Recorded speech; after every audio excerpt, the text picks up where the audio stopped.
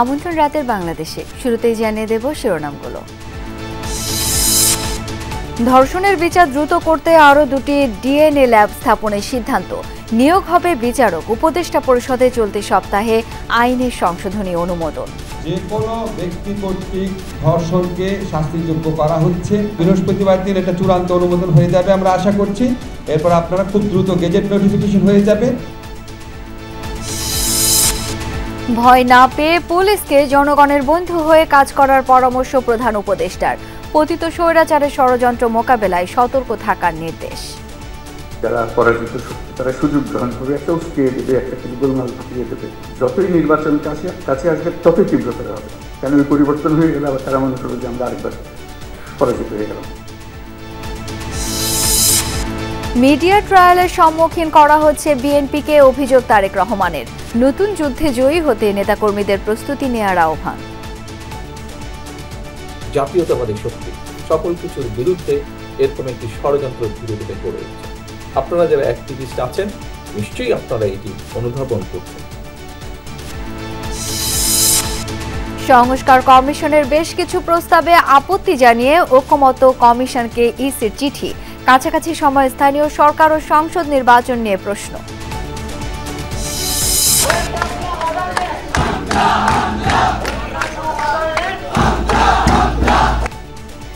দেশে এসে সমর্থকদের উষ্ণ ভালোবাসায় সিক্ত ফুটবলার হামজা চৌধুরী। শিলংয়ে জাতীয় দলের জার্সিতে মাঠে নামার অপেক্ষা। আসলে আমি বেশি দেখছি না, আমি শুনছি আর very good reputation আছে as South Asian continent মাঝে। but like আমি আগে যা কইছি আমরা আর খেউরে খতার থিঙ্ক করতেছি না। এছাড়াও রাতের বাংলাদেশে থাকছে টিকা কেনার নামে সালমান ও বেক্সিমকোর বিরুদ্ধে 22,000 কোটি টাকা আত্মসাতের অভিযোগ। তদন্ত শুরুর কথা জানালো দুদক।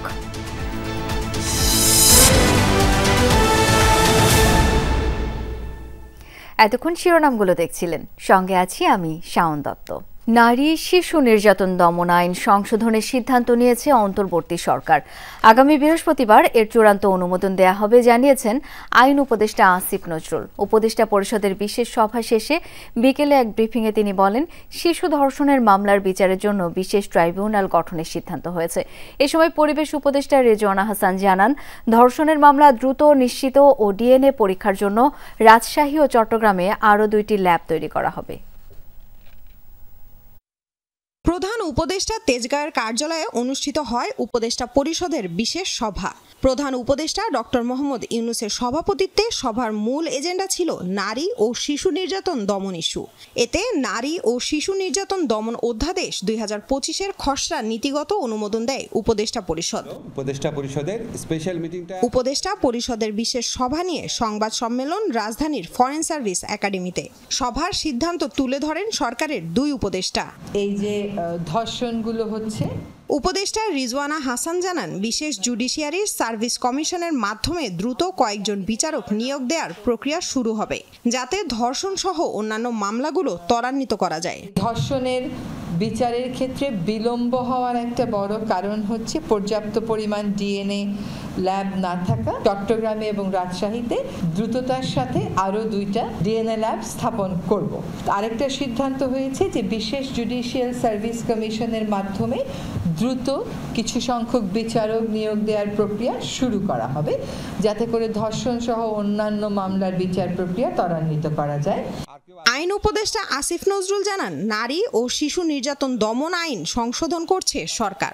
শিশু ধর্ষণের মামলার বিচার করার জন্য বিশেষ ট্রাইব্যুনাল স্থাপনের বিধান রাখা হয়েছে।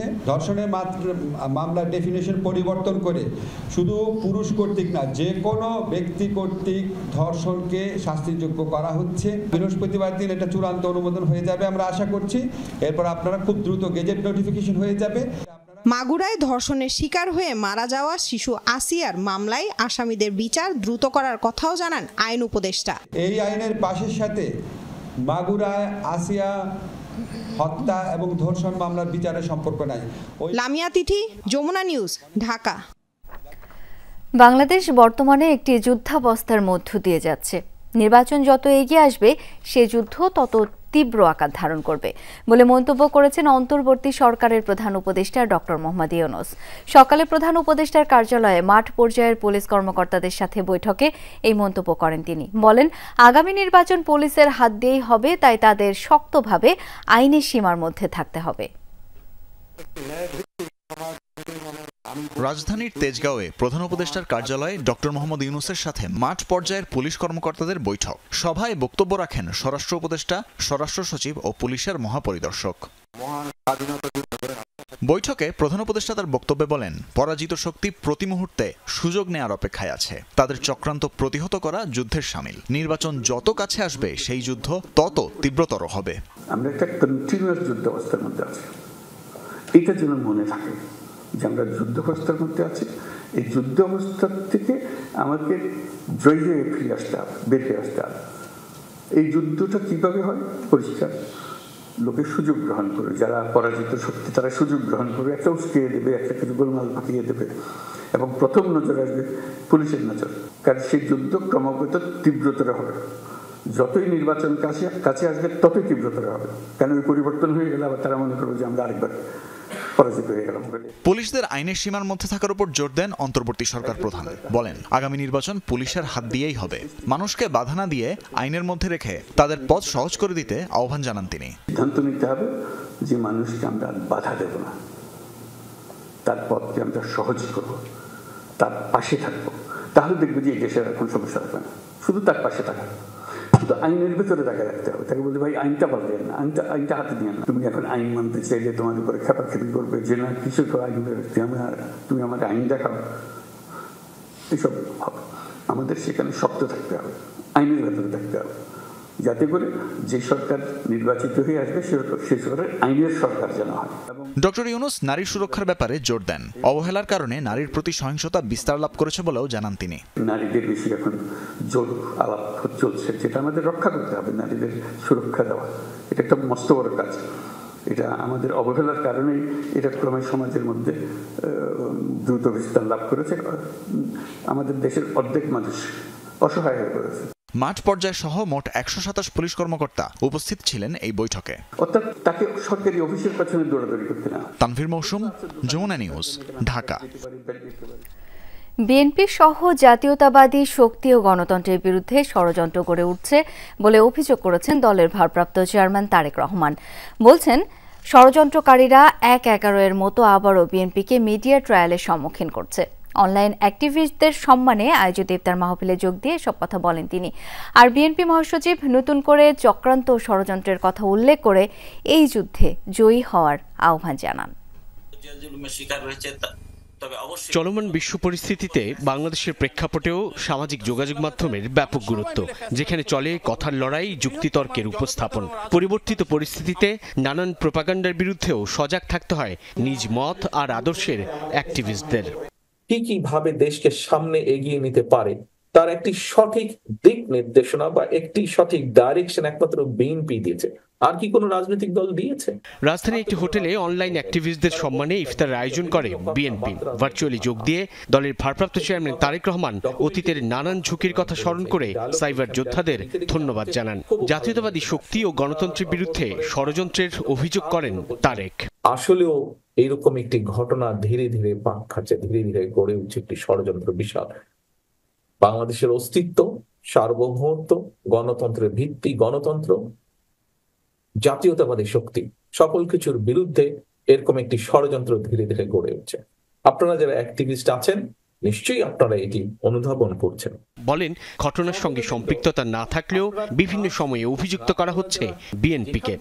ঘটনা ঘটেছে একরকম, পত্রিকার পাথে উপস্থাপন করা হয়েছে আরেক রকম ভাবে। একটি মহল বা যারা ষড়যন্ত্র করছে বাংলাদেশ জাতীয়তাবাদী দল, বাংলাদেশি জাতীয়তাবাদী শক্তির বিরুদ্ধে, একই সাথে দেশের স্বাধীনতা সার্বভৌমত্বের বিরুদ্ধে, তারা তাদের অবস্থান থেকে তাদের সাথে যে সকল মিডিয়া হাউসের সম্পর্ক আছে তাদের মাধ্যমে ঠিক 1/11 সময় যেভাবে বিএনপিকে মিডিয়া ট্রায়ালের সম্মুখীন করা হয়েছিল, ঠিক একইভাবে এরকম একটি প্রেক্ষাপট ধীরে ধীরে তৈরি করার চেষ্টা তারা করছে। মহাসচিব মির্জা ফখরুল ইসলাম আলমগীর বলেন, নানান ষড়যন্ত্র চক্রান্তের বিপরীতে বিএনপির নতুন যুদ্ধ শুরু হয়েছে। নতুন করে আবার আমাদের যুদ্ধ শুরু হয়েছে। এই যুদ্ধ হচ্ছে আমাদের অস্তিত্বের, এই যুদ্ধ হচ্ছে আমাদের রাজনীতি, এই যুদ্ধ হচ্ছে আমাদের জনগণকে তার অভিষ্ট লক্ষ্যে পৌঁছে দেওয়া। ষড়যন্ত্র শুরু হয়েছে, চক্রান্ত শুরু হয়েছে, সেই চক্রান্তকে ব্যর্থ করে দিয়ে আমাদের যোদ্ধারা তারা পারবেন এই যুদ্ধে জয়ী হতে, এই বিশ্বাস আমার আছে। তরুণদের সামনে যুক্তিতর্ক আর বাস্তবতার মিশেলে বিএনপির লক্ষ্য, কর্মপরিকল্পনা আর সংস্কার ভাবনা তুলে ধরতে অনলাইন অ্যাক্টিভিস্টদের প্রতি আহ্বান জানান নেতারা। ফ্যাসিস্টদের আক্রমণে এই সাইবার যোদ্ধারা কিভাবে যুদ্ধ করেছে। সাইফুদ্দিন রবিন, যমুনা নিউজ, ঢাকা। নির্বাচন সংস্কার কমিশনের বেশ কিছু প্রস্তাবের সাথে দ্বিমত পোষণ করে জাতীয় ঐকমত্য কমিশনকে চিঠি পাঠিয়েছে নির্বাচন কমিশন। এতে জানানো হয়, প্রস্তাবিত তত্ত্বাবধায়ক সরকারের পক্ষে 4 মাসের মধ্যে স্থানীয় ও জাতীয় নির্বাচন একসাথে সম্ভব নয়। নির্বাচন কমিশনার নিয়োগের ক্ষেত্রে আলাদা স্বাধীন কাউন্সিলের দরকার নেই বলে মনে করে ইসি। নির্বাচন কমিশনারদের শাস্তির বিধান সম্পর্কিত যে সুপারিশ করা হয়েছে সেটি কাম্য নয় বলছে নির্বাচন কমিশন। রাজনৈতিক সরকারের হস্তক্ষেপে নির্বাচন নিয়ে সাধারণ মানুষের অভিযোগের অন্ত নেই। আওয়ামী লীগ সরকারের পতনের পর দাবি ওঠে ভোট পদ্ধতি ও ব্যবস্থার আমূল সংস্কারের। শক্তিশালী নির্বাচন কাঠামো তৈরিতে বিশেষজ্ঞ ও ভোটারদের মতামত নেয় নির্বাচন ব্যবস্থা সংস্কার কমিশন। 16টি ক্ষেত্রে 155টি সুপারিশ এসেছে কমিশনের তরফে, তবে বেশ কিছু সুপারিশের সাথে একমত নয় ইসি।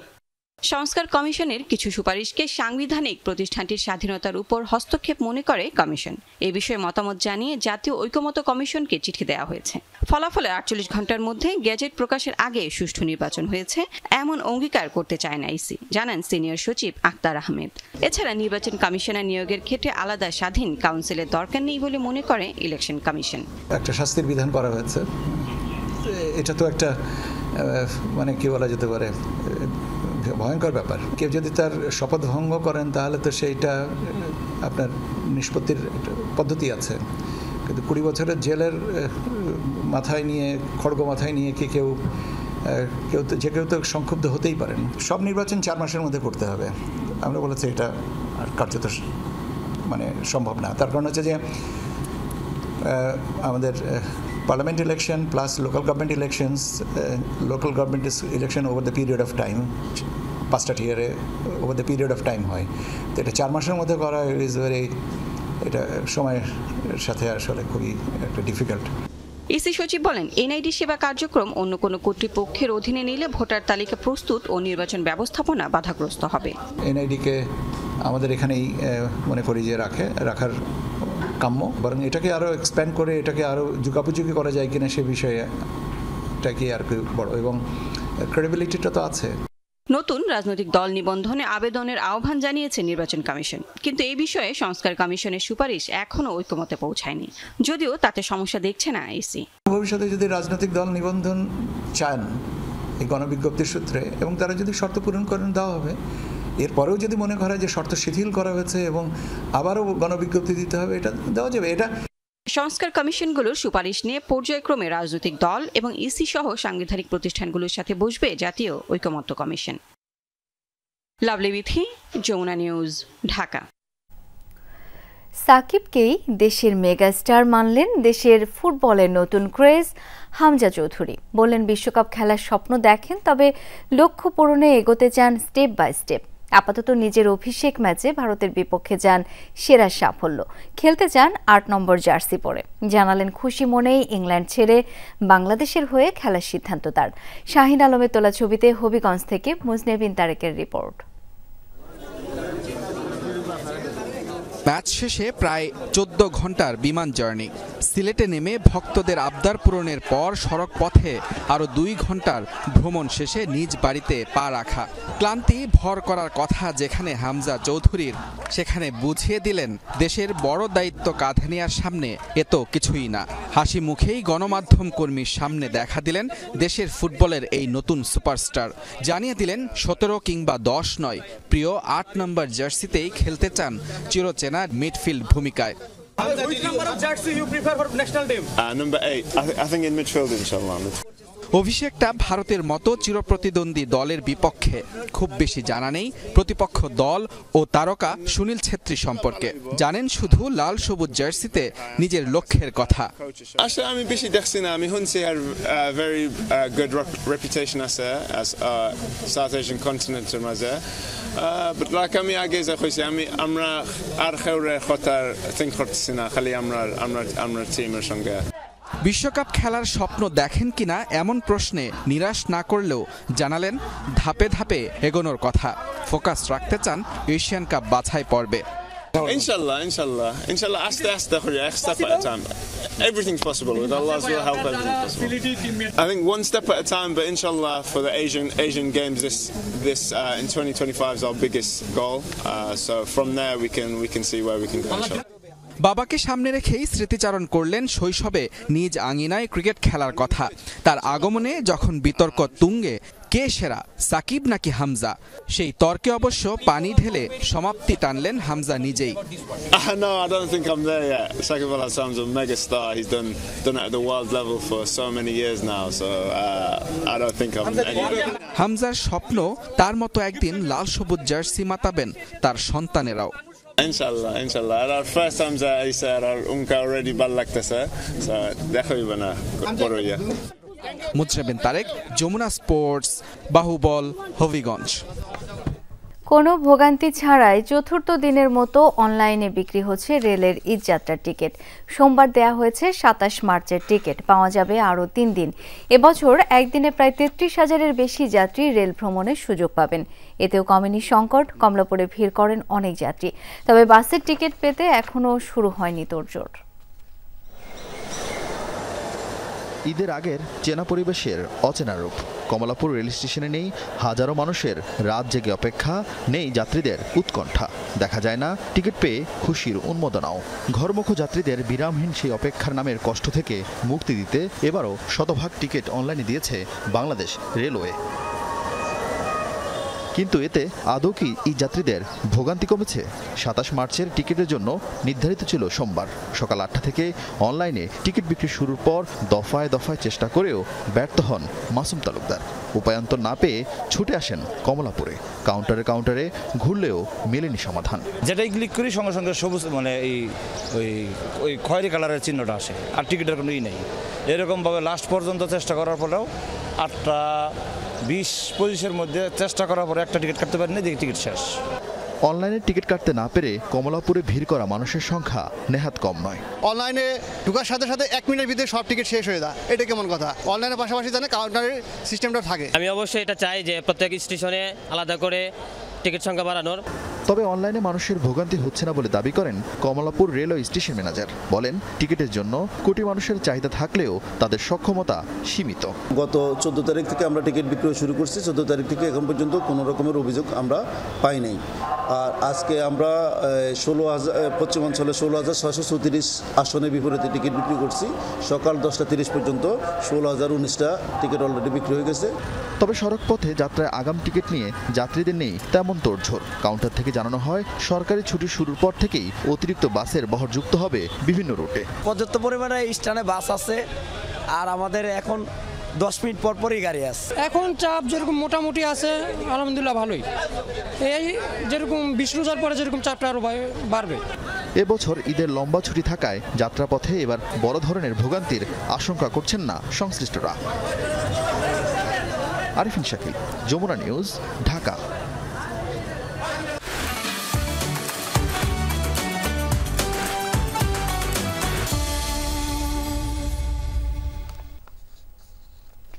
ঈদ কেনাকাটায় সরগরম যমুনা ফিউচার পার্ক। বৃহত্তম এই শপিং মল ক্রেতা দর্শনার্থীদের পদচারণায় মুখরিত। সেখানে রয়েছেন সহকর্মী তানভীর সিদ্দিক টিপু। সরাসরি যাব তার কাছে। টিপু, এখন তো বেশ অনেকটাই রাত, ফিউচার পার্কে এখনকার ক্রেতার সমাগম কেমন দেখছেন, কেনাকাটা কেমন চলছে এই মুহূর্তে, জানাবেন বিস্তারিত।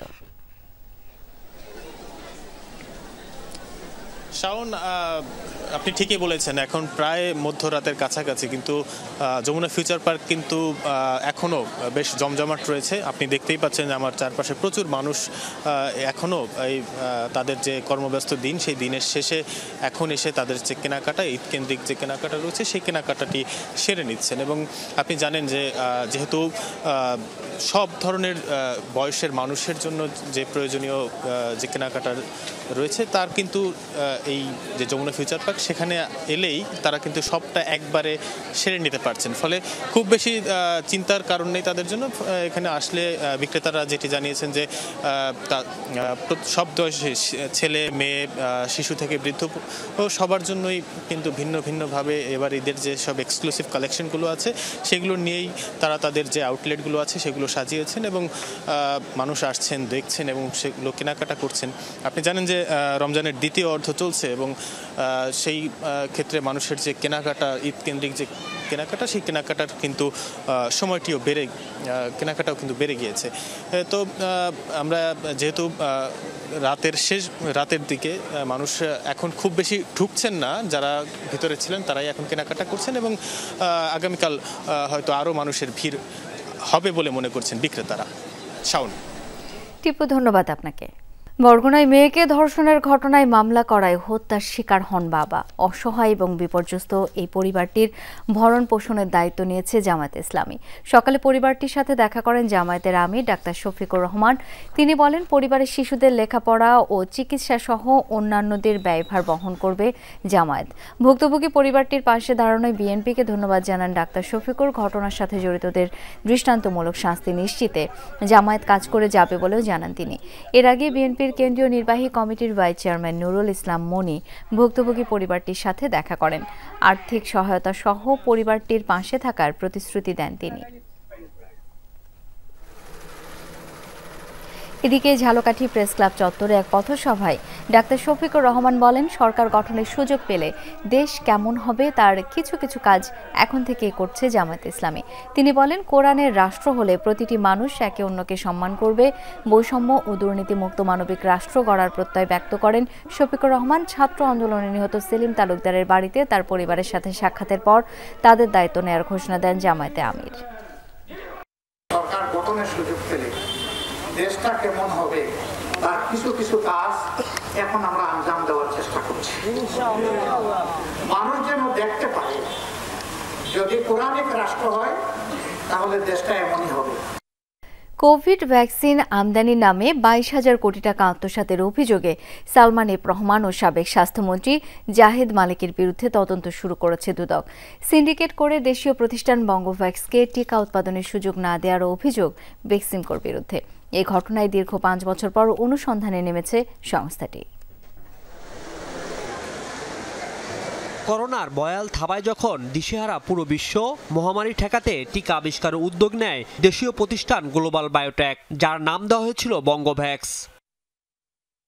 নানামুখী তোড়জোড় ও দৌড়ঝাঁপের পরও আলোর মুখ দেখেনি বঙ্গভ্যাক্স। দুদকে আসা অভিযোগ বলছে, তৎকালীন প্রধানমন্ত্রীর উপদেষ্টা সালমান এফ রহমান, স্বাস্থ্যমন্ত্রী জাহিদ মালিক সিন্ডিকেট দেশীয় প্রতিষ্ঠানের এই উদ্যোগে বাধা হয়ে দাঁড়ায়। অভিযোগে বলা হয়, সালমান এফ রহমানের প্রতিষ্ঠান বেক্সিমকো এই ভ্যাকসিন নিয়ে যৌথ শেয়ার দাবি করে গ্লোবাল বায়োটেকের কাছে। তাতে সায় না দেওয়ায় বঙ্গভ্যাক্সের পরিবর্তে টিকা আমদানির সিদ্ধান্ত নেয় ওই সিন্ডিকেট। বাংলাদেশে কিন্তু টিকা তৈরি শুরু হয়ে যাবে। দুদক কর্মকর্তারা জানান, সালমান সিন্ডিকেটের কারণে প্রায় 400 কোটি টাকা খরচ করেও আটকে যায় বঙ্গভ্যাক্স। অন্যদিকে ভ্যাকসিন আমদানির মাধ্যমে চক্রটি অন্তত 22,000 কোটি টাকা পকেটে ভরেছে বলেও জানান কর্মকর্তারা। যা নিয়ে অনুসন্ধানে নেমেছে Dudok. Salman F Rahman, Beximco pharma limited এবং অন্যান্যদের বিরুদ্ধে করোনা ভ্যাকসিন ক্রয়কে কেন্দ্র করে গড়ে ওঠা একটি অসাধু সিন্ডিকেট কর্তৃক 22,000 কোটি টাকা রাষ্ট্রীয় অর্থ আত্মসাতের অভিযোগের বিষয়ে অনুসন্ধানের সিদ্ধান্ত গৃহীত হয়েছে। এছাড়া যশোরের আওয়ামী লীগ নেতা ও সাবেক সংসদ সদস্য শাহিন চাকলাদার দম্পতির বিরুদ্ধে প্রায় 54 কোটি টাকার অবৈধ সম্পদ অর্জন ও 341 কোটি টাকার সন্দেহজনক লেনদেনের অভিযোগে পৃথক দুটি মামলা করেছে সংস্থাটি। জ্ঞাত আয়ের সাথে অসঙ্গতিপূর্ণ 341 কোটি 61 লক্ষ টাকারও বেশি অস্বাভাবিক লেনদেনের মাধ্যমে অপরাধলব্ধ অবৈধ অর্থ জ্ঞাতসারে হস্তান্তর, স্থানান্তর এবং রূপান্তর করার অপরাধ অনুসন্ধানকালে প্রমাণিত হয়েছে। গত ৫ আগস্ট ছাত্র জনতার গণ অভ্যুত্থানের পর থেকে আত্মগোপনে আছেন শাহীন। গত জানুয়ারি মাসে দুদকের পৃথক মামলায় তাকে ৪ বছরের সশ্রম কারাদণ্ড দিয়েছে আদালত। রাজীব আহমেদ, যমুনা নিউজ, ঢাকা। একদম ফ্রেশ বিশ্বমানের প্রযুক্তির সকল সুবিধা নিয়ে ভালো থাকুন আপনিও। কঙ্কা। বৈষম্য বিরোধী ছাত্র আন্দোলন চলাকালে ১৫ জুলাই থেকে ৫ আগস্ট পর্যন্ত ঢাকা বিশ্ববিদ্যালয়ে সহিংসতায় জড়িত থাকার অভিযোগে ১২৮ জন শিক্ষার্থীকে সাময়িক বহিষ্কার করেছে ঢাকা বিশ্ববিদ্যালয়। সোমবার সিন্ডিকেটের এক জরুরি সভায় এই সিদ্ধান্তের কথা জানিয়েছেন বিশ্ববিদ্যালয়ের রেজিস্ট্রার মুন্সি শামসুদ্দিন আহমেদ। সিন্ডিকেট সভায় উপাচার্য অধ্যাপক নিয়াজ আহমেদ খান সভাপতিত্ব করেন। বৈঠকের পর সিন্ডিকেট সদস্য ও ঢাকা বিশ্ববিদ্যালয়ের প্রক্টর সহযোগী অধ্যাপক সাইফুদ্দিন আহমেদ সাংবাদিকদের বলেন, সাময়িক বরখাস্ত হওয়া ১২৮ জনের বিষয়ে চূড়ান্ত ব্যবস্থা নেয়ার জন্য রসায়ন বিভাগের অধ্যাপক তাজমেরি এস ইসলামকে প্রধান করে একটি তদন্ত কমিটি করা হয়েছে। তবে বহিষ্কৃত শিক্ষার্থীদের নাম পরিচয় প্রকাশ করা হয়নি। অবিশ্বাস্য হলেও সত্যি, কোনো টিকিট ছাড়াই রাজধানীতে ১.৫ ঘন্টা চলাচল করেছে মেট্রো রেল। কর্মী লাঞ্ছিতের প্রতিবাদে সকাল ৮টা থেকে ৯:৩০ পর্যন্ত টিকিট বিক্রি বন্ধ রাখেন কর্মীরা। এই সময়টাতে বিনা টিকিটেই ভ্রমণ করেন যাত্রীরা। পরে কর্তৃপক্ষের আশ্বাসে কর্মবিরতি প্রত্যাহার করেন মেট্রো কর্মীরা। রোববার এমআরটি পুলিশ কর্তৃক মেট্রো রেল কর্মীদের লাঞ্ছিত করার ঘটনায় কর্মবিরতির ডাক দেন মেট্রো রেল কর্মীরা। সোমবার সকাল থেকে নানা নাটকীয়তার মধ্য দিয়ে কর্মসূচি পালন করে তারা। মেট্রো কর্মীদের কর্মবিরতির তথ্য জানা ছিল না নগরবাসীর। কর্মদিবসে তাই বিপাকে পড়েন অফিসগামী যাত্রীরা। অনেকে বিকল্প উপায়ে গন্তব্যে রওনা দেন। তারা যে কর্মসূচিটা গ্রহণ করেছে মেট্রো বন্ধ করে, এতে আসলে ভোগান্তির শিকার কারা হব? আমরা সাধারণ যাত্রীরা, কিন্তু সেটা তো কাম্য নয়। হঠাৎ করে কি কারণে বন্ধ হয়েছে আসলে আমরা কিছু জানিও না, বুঝতে পারতেছি না। কিন্তু এখন আসার পর দেখতেছি মেট্রো রেল বন্ধ। গতকালকে ঘটনাটা ঘটেছে, এটার মধ্যে কর্তৃপক্ষ চাইলেই হচ্ছে মানে সমাধান করতে পারতাম। যে কোনো হেরস্তার এগেইনস্টে তৎক্ষণিক ওই স্থানীয় ব্যাপারটা মিটমাট করা উচিত, নাহলে ওইটার কিন্তু তার জন্য জনগণের এই মেট্রো রেল বন্ধ করতে পারে না। এক পর্যায়ে ভাড়া ছাড়াই মেট্রো রেল চালু করেন কর্মীরা। যাত্রীরা কার্ড ব্যবহার করতে চাইলেও পারেননি। ফলে সকাল ৮টা থেকে ৯:৩০ পর্যন্ত ভাড়া ছাড়াই চলে মেট্রো। এমন পরিস্থিতি স্বাভাবিকভাবে নেয়নি যাত্রীরা। মেট্রো রেল চললেও তো একটা খরচের বিষয় আছে, তো যাত্রীদের কাছ থেকে যদি ভাড়া না নেয় তাহলে আলটিমেটলি সরকারের ক্ষতি হবে। সরকারের ক্ষতি বলতে আমাদেরই ক্ষতি। হঠাৎ করে তারা বলতেছে যে আপনারা ফ্রিতে চলে যেতে পারবেন, আমি একটু অবাক হয়ে গেছিলাম। এই যে আমরা আজকে ফ্রি ভ্রমণ করতেছি, এটা কিন্তু আসলে আমার জন্য, আমি ব্যক্তিগতভাবে মনে করি না যে এটা সুখকর। এটা আমাদের রাজস্বের উপর চাপ পড়তেছে। হঠাৎ সারপ্রাইজের মতো লাগলো, যে খুব ভালোই লাগলো, কিন্তু যে ঘটনাটা ঘটছে এটা আসলে আশা করা যায় না। ১.৫ ঘন্টা পর মেট্রো কর্মীরা কর্মবিরতি প্রত্যাহার করে কাজে যোগ দেন। মিনিট ১৫ না যেতেই আবারও কর্মবিরতিতে যান তারা। এখানে উপরের লেভেলের স্যাররা আছে, ওনারা যেটা বলবে তারপরে সবকিছু কার্যক্রম চালু হবে। এখন বর্তমানে চালু করে দেওয়া হয়েছে যাত্রীদের যেন ভোগান্তি না করা হয়। আমরা চাই যে টাকা দিয়ে হলেও যাতায়াত করি, কিন্তু নিয়মটা যেভাবে চলার কথা ওইভাবেই চলুক। আজকে পাঞ্চ করতে পারলাম না, এবং পাঞ্চ না করতে পেরে আমি কিন্তু আসলে বিনা ভাড়ায় বোধহয় ভ্রমণ করছি। এই অর্থ আসলে কোথায় যাবে, আমার টাকাটা আমি কোথায় দেব? এবং এটা জাতীয়ভাবে তো একটা বিশৃঙ্খলা আমার কাছে মনে হচ্ছে। সোয়া 10টা নাগাদ ঊর্ধ্বতন কর্মকর্তাদের আশ্বাসে কাজে ফেরেন কর্মীরা। এ সময় 6 দফা অবিলম্বে পূরণে দাবি জানান তারা। শামীম রেজা, যমুনা নিউজ, ঢাকা। দেশের বিমানবন্দরগুলোতে আলাদাভাবে এয়ারপোর্ট সিকিউরিটি ফোর্স গঠনের প্রস্তাব বাতিল সহ 6 দফা দাবিতে বিক্ষোভ করেছেন সিভিল এভিয়েশনের কর্মকর্তা কর্মচারীরা। তাদের অভিযোগ, এর মাধ্যমে প্রতিষ্ঠানের স্বায়ত্তশাসন ধ্বংসের পাঁয়তারা করা হচ্ছে। বর্তমান ব্যবস্থায় বৈষম্যহীন নিরাপত্তা ব্যবস্থা ও নিয়োগের দাবি জানিয়েছেন তারা। এভিয়েশন সিকিউরিটি ফোর্স গঠনের আলোচনা চলছিল কয়েক বছর ধরে। সেই প্রস্তাবে জনবল নিয়োগের 70% নেওয়া হবে সামরিক বাহিনী থেকে, বাকি 30% আসবে অন্যান্য সংস্থা থেকে। আর এটি নিয়েই আপত্তি বেসামরিক বিমান চলাচল কর্তৃপক্ষের কর্মকর্তা কর্মচারীদের। সিকিউরিটি ফোর্স গঠন বন্ধ সহ 6 দফা দাবিতে সকালে মানববন্ধন ও বিক্ষোভ করেছেন তারা। কিছু সময়ের জন্য অবরোধ করেন বিমানবন্দর সড়ক। বিক্ষোভকারীদের অভিযোগ, এভিয়েশন সিকিউরিটি ফোর্স গঠনের বিষয়ে কোনো পরামর্শ বা সমন্বয় করা হয়নি তাদের সাথে। বাংলাদেশ এয়ারপোর্ট সিকিউরিটি ফোর্স অবশ্যই গঠিত হবে, কিন্তু সেটা বেবিচকের নিয়োগের মাধ্যমে। এই আত্মঘাতী সিদ্ধান্ত নেবেন না, এই সিদ্ধান্ত নিয়ে অনেক বেকার আত্মহত্যা করবে। মন্ত্রণালয়ে কোনো ফোর্সের ব্যাপারে কোনো রকম প্রস্তাবনা আমরা পাঠাইনি। পরে সিভিল এভিয়েশন চেয়ারম্যানের অনুরোধে সড়ক ছেড়ে বেবিচক কার্যালয়ের ভেতরে অবস্থান নেয় কর্মকর্তা কর্মচারীরা। এ সময় তাদের দাবি দেওয়া তুলে ধরেন। একটা ফোর্স গঠন করার পরিচালনা করতেছে, ষড়যন্ত্র করতেছে। 70% বিমান বাহিনী থেকে আনবে, 30% সিভিলিয়ান থেকে নেবে। এটা সম্পূর্ণ আমরা অযৌক্তিক।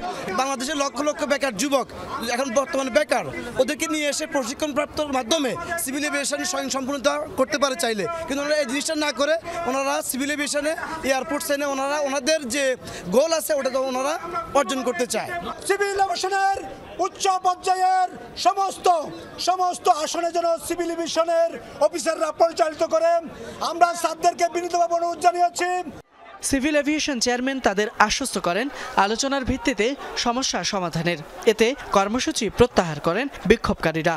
আপনাদের যত সমস্যা, যত রকম ঝামেলা থাকবে সেগুলো নিয়ে সরাসরি আমার সাথে কথা বলবেন, কারোর সাথে কথা বলা লাগবে না, আমি সমাধান দেওয়ার চেষ্টা করব। আর আবার বলি, আপনাদের সিভিল এভিয়েশনের যে আলাদা ফোর্সের ব্যাপারে কোনো ডিসিশন হয় নাই, কোনো চিঠিপত্র যায় নাই। আপনাদেরকে যে ইনফরমেশন দিয়েছে, ভুল ইনফরমেশন দিয়েছে। আজকে রিজয়েন্টের ভিতরে পেয়ে যাবেন আপনারা যে এইটা আমরা কোনো রকম ফোর্সের কথা পাঠানো হয় নাই। আন্দোলনের নামে কেউ বিশৃঙ্খলা করছে কিনা সেটি খতিয়ে দেখা হচ্ছে বলে জানান সিভিল এভিয়েশন চেয়ারম্যান। আমি নিজে কারাপশন করব না, যেহেতু আমি কাউকে কারাপশন আমার জানা মতে করতে দিব না। সেইখানে যদি অনেকের হয়তো অসুবিধা হতে পারে, সমস্যা হতে পারে, তার উপর প্রবলেম সৃষ্টি করতে চেষ্টা করবে, করেছে, আগেও করেছে, এখনও করছে, ভবিষ্যতেও করবে। এটাকে কোনোভাবেই আমরা টলারেট করব না, not at any cost. Faisal Mahmud, Jamuna news, Dhaka. গাজীপুরে প্রাইভেট কার চাপায় এক নারী পোশাক শ্রমিক নিহতের ঘটনায় ঢাকা ময়মনসিংহ মহাসড়ক অবরোধ করেছে একটি কারখানার শ্রমিকরা। সন্ধ্যায় সদর উপজেলার বাঘের বাজার এলাকায় এই ঘটনা ঘটে। নিহত পোশাক শ্রমিকের নাম সাবিনা। স্থানীয়রা জানায়, রমজান মাসে ইফতারের সময় 1.5 ঘন্টা ছুটি দেয় কারখানা কর্তৃপক্ষ। তাই কারখানা থেকে বাসায় গিয়ে পরিবারের সাথে ইফতার সেরে আবারও কর্মস্থলে ফিরছিলেন সাবিনা। কারখানার সামনে সড়ক পার হওয়ার সময় একটি প্রাইভেট কার তাকে চাপা দিলে ঘটনাস্থলেই সাবিনার মৃত্যু হয়। খবর পেয়ে ক্ষুব্ধ শ্রমিকরা মহাসড়ক অবরোধ করে। পরে জয়দেবপুর থানা, সালনা হাইওয়ে এবং শিল্প পুলিশ ঘটনাস্থলে গিয়ে তাদের সরানোর চেষ্টা করলে উত্তেজিত শ্রমিকরা কয়েকটি গাড়িতে ইট পাটকেল ছোড়ে। তাদের ছত্রভঙ্গ করতে পুলিশ টিয়ার শেল ব্যবহার করলে ক্ষুব্ধ শ্রমিকরা পুলিশের উপর চড়াও হয়। এই সময় 6 পুলিশ সদস্য আহত হন। পরে রাত 9টার দিকে সেনাবাহিনী ও পুলিশ শ্রমিকদের ধাওয়া দিয়ে মহাসড়ক থেকে সরিয়ে দিলে ধীরে ধীরে স্বাভাবিক হয় যান চলাচল। ইয়েমেনের দ্বিতীয় দিনের মতো জোরদার অভিযান চালিয়েছে যুক্তরাষ্ট্র। হুতি বিদ্রোহীদের অবস্থান লক্ষ্য করে চালানো হামলায় প্রাণহানি বেড়ে দাঁড়িয়েছে 53 জনে। জবাবে USS Harry S Truman target করে 18টি ব্যালিস্টিক ও ক্রুজ ক্ষেপণাস্ত্র ছুড়েছে ইয়েমেনের হুতি বিদ্রোহীরা। ইয়েমেন থেকে মিসাইল ও ড্রোনের যৌথ ব্যবহারে চালানো হয় এই অভিযান। একই সাথে হামলা করা হয় মার্কিন অন্যান্য যুদ্ধ জাহাজেও। এক ভিডিও বার্তায় এমনটি দাবি করেন হুতি মুখপাত্র ইয়াহিয়া সারে। জবাবে লোহিত সাগরে জাহাজে আগ্রাসন বন্ধ না হওয়া পর্যন্ত অভিযান চালিয়ে যাবার ঘোষণা দিয়েছে ওয়াশিংটন।